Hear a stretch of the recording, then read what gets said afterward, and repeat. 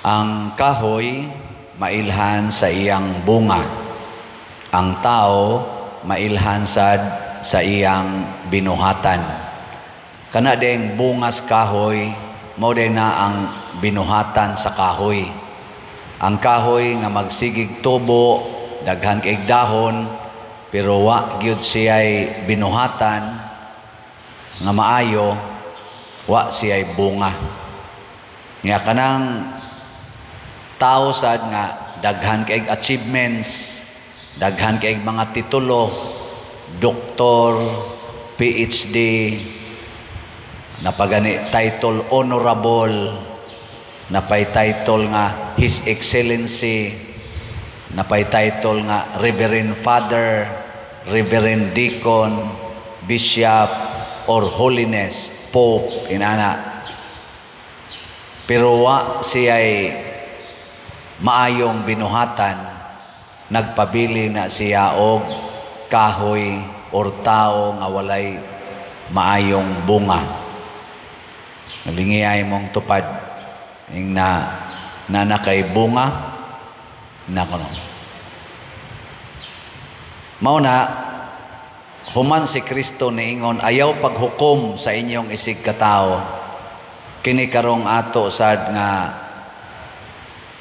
ebanghelyo nag-auhag na sad nato nga pagsigig hatag og maayo sa imong isig katao. Imbis nga magsigitag judge niya, mas maayo pag magsigitag tabang niya.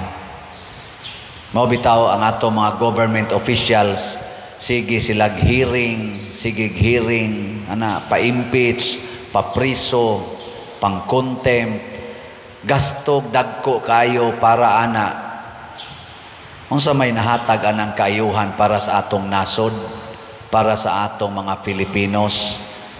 Ambot lang, susiha lang unya ninyo og naabay maayong nahatag. Nganuman tungod kay gasigi na lang sila gamit anang pagpanghukom, pero way gihatag nga paningkamot sa paghatag og maayo. Pasalamat sa atong mga pipila karon ka mga officials sa gobyerno nga bisan pagani ang nangapildi nagpadayon sa pagpatunhay sa hustisya, pagtabang sa mga kabos. Nagani uban wa gyud magpa-elect, siging tabang sa mga kabos. Parehasad ninyo, sige mo tabang dinhi, palit mo aning ato mga slots, palit pa mo aning ato rong nagpadayon nga para itukod og mga balay, atong si TUMM, daghan na tagbalay na tukod, apan wa gani ta magsigig pangdiman og budget nga dagko gyud kaayo nga makiglalis kita i-appeal gyud budget. Hangto na lang noon ay mo accuse nga mga blanco kuno tong original nga bycam o nya nabutangag lain na sang budget. Hangtod karon naa pa ng isyuha. Mga igsoon, bunga na sa atong pagka walay bunga.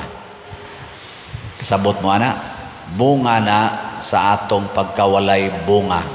Pasabot ang atong pagka self-righteous. Si Abraham, diri sa atong pagbasa, unang pagbasa, ni aksyog mahay sa Ginoo.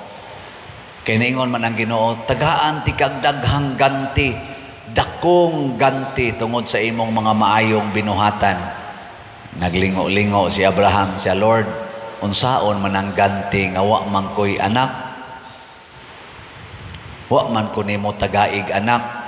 Ang akong mga ganti kanang imong ihatag nako adto ra na padong sa akong ulipon nga dili nako kadugo.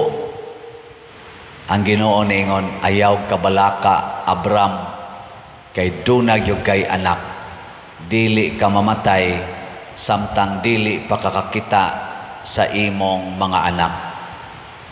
Ang Ginoo mga igsoon, kung maunay mohatag na to ganti, iya gitsang tagbawon ang atong kasing-kasing, pero dili niya na buhaton kung dili sadta mabungahon.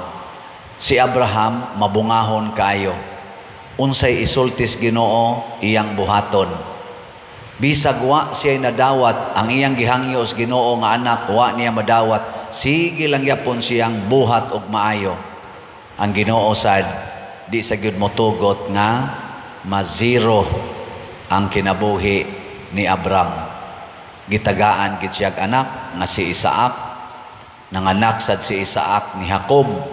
Si Jacob nanganak og 12 ka buok nga nahimong dakong nasod sa Israel.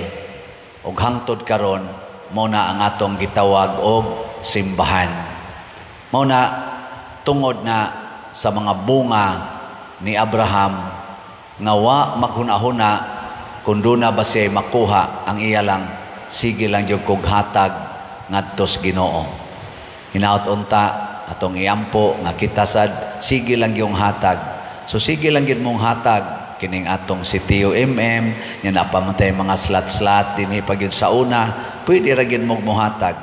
Kadto bitang atong slat sa Kapilinya dinis ato na may usay mo text na kog kalit, Father naa pa to nga slat nako anahonong naman to siya, pwede pa mo palit ako, palit. Kaya ato magyapon ng gamiton para sa simbahan. Bunga gyapon na ninyo sa inyong kamanggihatagon.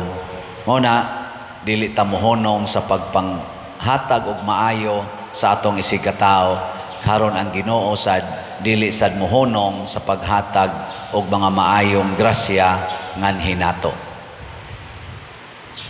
Pagampo sa katawhan.